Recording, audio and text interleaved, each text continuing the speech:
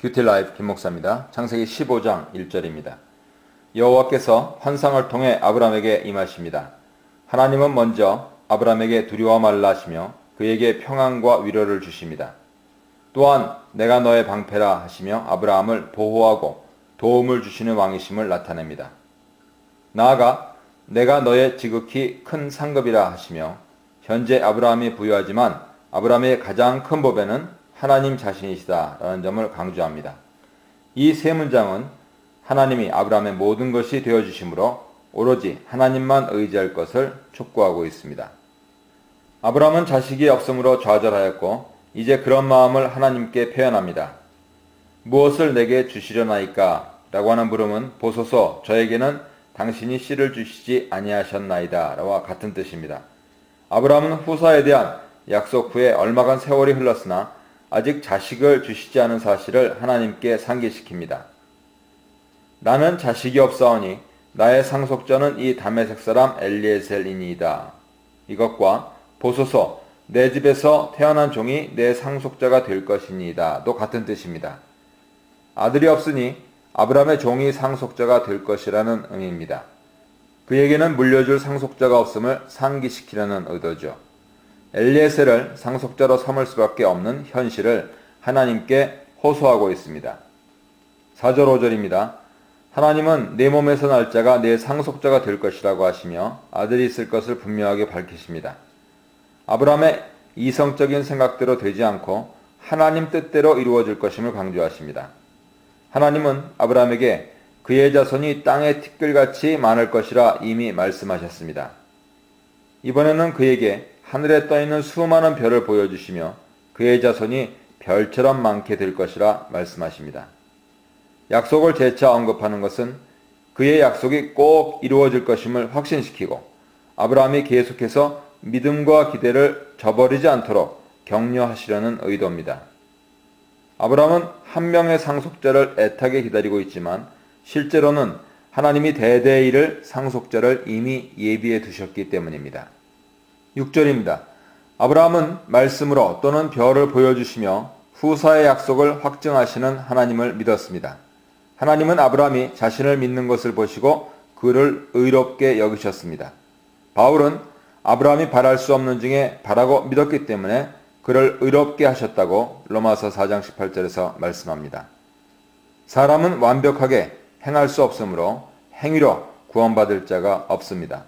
오로지 하나님의 은혜로 하나님을 믿음으로만 의롭다 칭함을 받게 됩니다. 7절 8절입니다. 하나님은 이제 아브라함에게 땅에 대한 약속을 확증하십니다. 아브라함을 갈대아 우르에서 부르신 여호와임을 분명히 알기 바라십니다. 아직까지 아브라함이 후손이나 땅이나 어느 것도 손에 쥐지는 못했지만 하나님의 계획은 이미 준비되고 진행되고 있습니다. 아브라함은 믿음의 눈으로 이를 바라보아야 합니다. 아브라함은 땅에 대한 약속을 확증할 표를 달라고 요구합니다. 하나님의 말씀을 의심한 결과라기보다는 믿으면서도 확정의 표를 받고 싶어하는 연약한 인간의 모습이라고 할 수 있겠죠. 9절 11절입니다. 아브라함의 요청에 하나님은 그와 언약을 맺음으로써 들어주십니다. 언약 증표로서 먼저 아브라함에게 제물을 요구하십니다. 제물 요구는 하나님 명령에 대한 순종을 의미합니다. 아브라함은 명받은 대로 제물을 모두 준비하였습니다. 3년 된 암소, 암염소, 순양은 각각 반으로 쪼갠 부분을 서로 마주보게 정렬했고 산비둘기와 어린 집비둘기는 쪼개지 않은 채로 준비하였습니다. 솔개가 사체를 먹으려고 달려들 때 아브라함은 이를 저지하며 쫓았습니다. 12절에 17절입니다. 해질 즈음에 아브라함은 깊은 잠에 빠졌고 그때 하나님 나타나셔서 언약을 맺으십니다. 하나님이 나타나실 때 아브라함에게 큰 흑암과 두려움이 임했습니다. 전능하신 하나님의 나타나심으로 인해 생기는 현상으로 인간으로 하여금 하나님을 경외하도록 만드신 것이죠. 하나님은 그의 후손이 이방에서 400년 동안 종살이를 하다가 큰 재물을 가지고 그것을 떠나 가나안으로 다시 돌아올 것이고 아브라함은 오래 살다가 죽은 후 장사될 것이라고 하십니다. 해가 지고 아브라함이 준비한 쪼갠 재물 사이로 타는 횃불이 지나감으로써 하나님은 스스로를 나타내시고 아브라함과의 언약을 확증하십니다. 18절로 21절입니다.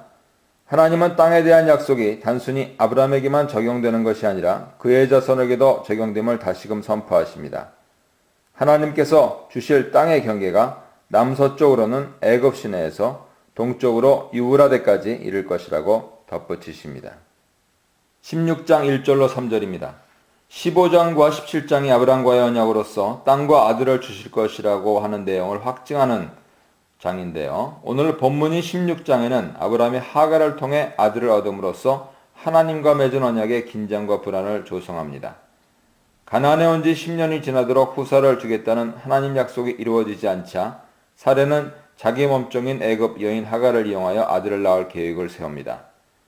현실을 고려했을 때 꽤 합리적이고 현실적이고 가능한 대안이었습니다. 하나님이 또다시 아브라함에게 아들과 땅을 주실 것이라고 15장에서 이미 확신시켜 주셨는데 사레는 더 이상 인내하지 못하고 아브라함이 목숨을 부지하고자 인간적인 방법을 사용한 것처럼 자신의 후사를 잇기 위해 이 같은 인간적인 방법을 동원합니다. 사레는 아브라함에게 자기의 출산을 맡고 있는 분이 바로 하나님임을 상기시키며 하갈을 통해 법적 자녀를 얻고자 제안합니다. 아브라함은 이에 동의했고 이런 결정을 내리는 데서 다시 인간의 나약함을 드러냅니다. 4절로 6절입니다. 사레의 제안으로 아브라함은 하갈과 동침했고 그 결과 하갈이 임신하였습니다. 하갈은 애굽 여인으로 기근 때 애굽에서 얻었을 가능성이 있습니다. 하갈이 애굽 여인이라 사실은 하나님이 아브라함을 통해 하나님의 민족 이스라엘을 만들려고 하시는데 이방인이 연결되는 그러한 결과를 낳아 긴장감을 고조시킵니다. 이방인들은 이방신을 이스라엘 가족과 민족에게 드려옴으로 우상 숭배를 촉발하는 통로가 된다고 신명기 7장 3절 이하에서 분명히 말씀하십니다. 종의 신분인 하갈이 주인의 아이를 임신하게 되자 자기가 여주인 양 어스대며 임신하지 못하는 사레를 얕잡아 보게 되었습니다. 그래서 사레도 기뻐할 수만은 없게 되었습니다. 하갈은 자기가 아이를 낳는다 하더라도 자기가 섬겨야 할 여주인은 사레라는 것을 간과하였습니다. 사레는 하갈의 태도에 분노하며 이 모든 일의 근원을 아브라함 탓으로 돌립니다. 사레의 추궁에 아브라함은 적절한 대안을 제시하지 못하고 하갈이 사레의 종이니 좋을 대로 하라며 책임을 회피합니다. 아브라함 허락에 힘입은 사레는 하갈을 학대합니다. 그 결과 하갈은 학대를 견디지 못하고 도주합니다. 하갈을 통해 후사를 얻자는 사레의 제안 자체는 가정의 불화를 일으키는 씨앗이 되었습니다. 나아가 이스라엘과 이스마엘 민족 간의 불화로 이어졌습니다. 7절로 9절입니다. 사레로부터 도망하여 광야에 이른 하갈 앞에 여호와의 사자가 나타나셔서 그녀를 위로하고 갈 길을 알려주십니다. 천사가 네가 어디서 와서 어디로 가느냐 하면서 하갈의 안부를 묻자 하갈은 사레를 피해 도망하는 중이라고만 말합니다. 이 답변은 천사의 첫 물음에 대한 대답일 뿐입니다. 둘째 물음에 대해서는 하갈 자신도 어디로 가야 할지 확실히 모르기 때문에 대답할 수 없었습니다. 천사는 사레에게 돌아가 복종하라고 말합니다. 하갈을 부를 때 사레의 여종이라 부르고 사레를 내 여주인이라 칭하면서 하갈로 하여금 자신의 신분을 기억하고 종으로서 사레를 존중하며 그녀에게 복종하는 것이 합당하다 일깨워줍니다. 10절로 12절입니다. 하나님 사자는 하갈이 사레에게 돌아가도록 종용한 후 이스마엘에 대한 하나님의 축복과 장래에 대한 말씀을 전달합니다. 놀랍게도 아브라함에게 하셨던 축복 말씀과 같이 하갈의 아들을 번성케 하여 그에게 수많은 후손을 주신다 하셨습니다. 천사는 하갈이 아들을 낳을 것이고 그 이름을 하나님이 들으셨다라는 뜻을 가진 이스마엘로 지으라고 명령하셨습니다. 하나님이 하갈의 고통과 아픔을 친히 들으셨다는 이유에서였습니다. 여호와의 사자는 또한 이스마엘의 장래에 대해 두 가지를 언급합니다. 첫째, 이스마엘은 들나이같이 될 것입니다. 유목민처럼 떠돌아다니며 살게 된다는 뜻이죠. 둘째, 이스마엘은 다른 사람들과 교정 관계에 놓이고 그의 형제와도 마찬가지입니다. 이스마엘 민족과 이스라엘 민족 간의 대립 관계가 지속될 것임을 뜻하고 있죠. 13, 14절입니다. 하갈은 뜻밖의 장소에서 경험한 초자연적인 존재의 방문과 위로와 약속에 놀라고 감동하여 자신에게 말씀하신 이가 여호와라 생각했고 그를 나를 살피시는 하나님, 엘로이라고 칭하였습니다. 그가 나타난 샘을 나를 보시는 살아계신 자의 음을 베르 라하이 로이라고 불렀습니다. 15, 16절입니다. 하갈은 헤브론으로 돌아와 때가 되어 마침내 아들을 낳았고 아브람은 그의 이름을 이스마엘이라 불렀습니다. 천사를 통해 하나님이 하갈에게 말씀하신 것이 그대로 이루어졌습니다. 이스마엘에 대한 나머지 예언의 말씀도 성취될 것이 기대되고 있죠. 실제로 이 말씀은 17장에서 다시 한번 확증되고 25장에 가서 마침내 이루어집니다. 17장 1절 2절입니다. 하나님이 아브라함에게 나타나신 것은 창세기 12장에서 22장 사이에 모두 7번입니다. 오늘 본문은 5번째 나타나심입니다. 12장 1절, 7절, 13장 4절, 15장 1절, 17장 1절, 18장 17절, 22장 1절을 보세요. 하갈을 통해 이스마엘을 낳은 지 13년이 흘러 아브라함은 99세가 되었습니다. 하나님은 아브라함과 언약을 맺으시며 그에게 드디어 아들을 주실 계획을 밝히십니다. 17장의 언약은 새로운 언약이라기보다는 15장 언약에 대한 재확인입니다. 두 언약 모두 후사와 땅이라는 공통 약속을 담고 있습니다. 17장의 언약은 하나님의 약속과 명령 등의 발언 1절부터 21절과 언약에 따라 할 일을 행하는 아브라함의 순종 22절로 27절까지 구성되어 있습니다. 하나님은 자신을 전능한 하나님 엘샤다이라 칭하시며 99세가 된 아브라함에게 나타나셨습니다. 전능한 하나님이란 칭호는 창세기에서 아브라함과 야곱의 에피소드에 나타나는데 대부분 번성 약속과 함께 사용됩니다. 약속하신 모든 것을 그의 전능한 힘으로 이루실 것임을 상기시키십니다. 이 전능하신 하나님은 아브라함에게 내 앞에서 걷고 완전하라고 명령하십니다.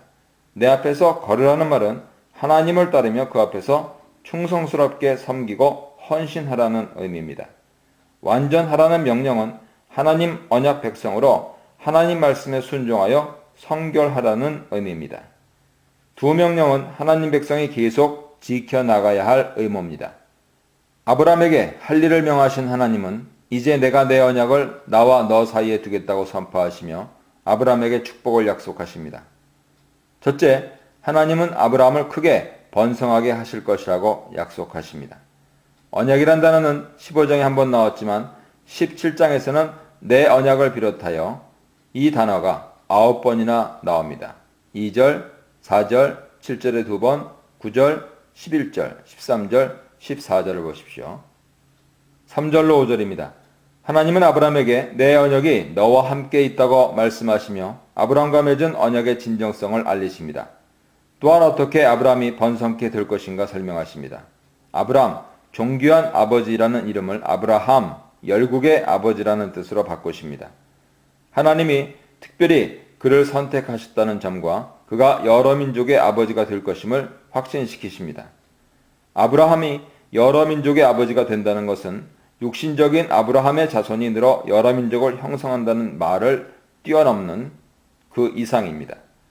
바울이 설명한 대로 이스라엘뿐 아니라 믿음의 자녀인 성도들의 조상이 된다는 뜻이 함축되어 있습니다. 로마서 4장 16절 이하를 보십시오. 6절로 8절입니다. 하나님은 아브라함에게 번성의 약속을 반복하시며 그가 많은 민족의 조상이 될 것이고 그들 중에 왕들도 있을 것이라고 하십니다. 왕에 대한 약속은 이후 사라와 야곱에게도 반복하셨습니다. 실제로 아브라함의 자손 중에 수많은 왕들이 태어났고 궁극적으로 영원하신 왕 예수 그리스도가 탄생하게 됨으로써 하나님이 아브라함에게 약속하신 말씀이 다 성취됩니다. 하나님이 아브라함과 맺은 언약을 영원한 언약이라 강조하십니다. 세대를 초월한 계획이 있으심을 나타내시는 것이죠. 하나님 언약이 영원한 언약이 되기 위해서는 아브라함에게 내리신 1절의 명령, 하나님께 헌신하고 성결한 삶을 사는 것을 아브라함 후손도 지켜야 하는 것이 내포되어 있습니다. 둘째 축복으로 하나님은 아브라함과 후손에게 가나안 온 땅을 주겠다고 약속하십니다.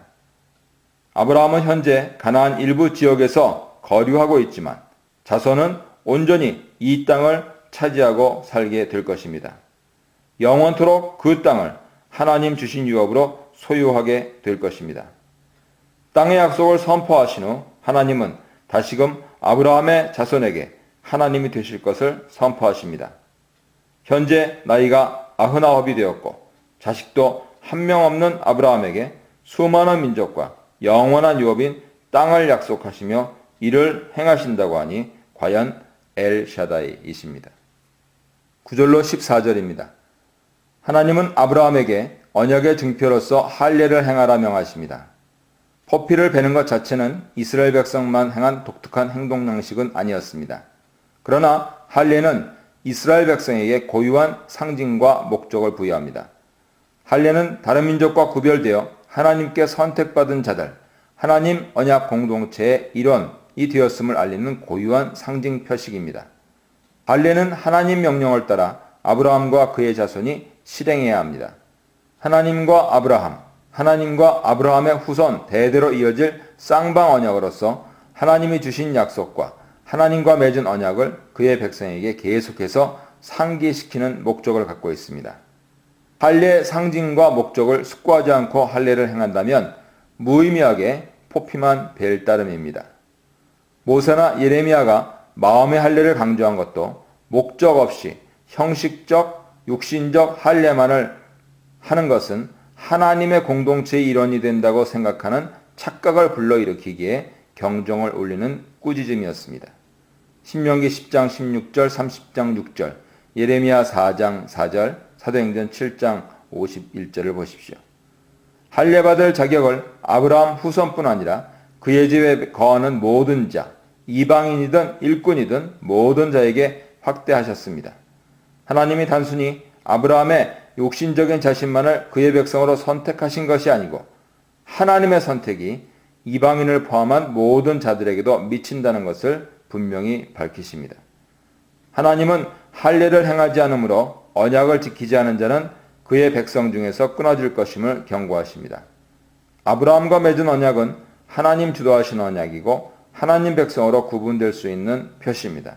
그러므로 하나님 백성이라면 그의 명령을 지켜야 할 의무가 있습니다. 하나님 백성이라면서 명령을 지키지 않는다면 하나님과 언약을 업신여기는 것이니 하나님 백성 공동체에서 내쳐질 수밖에 없습니다.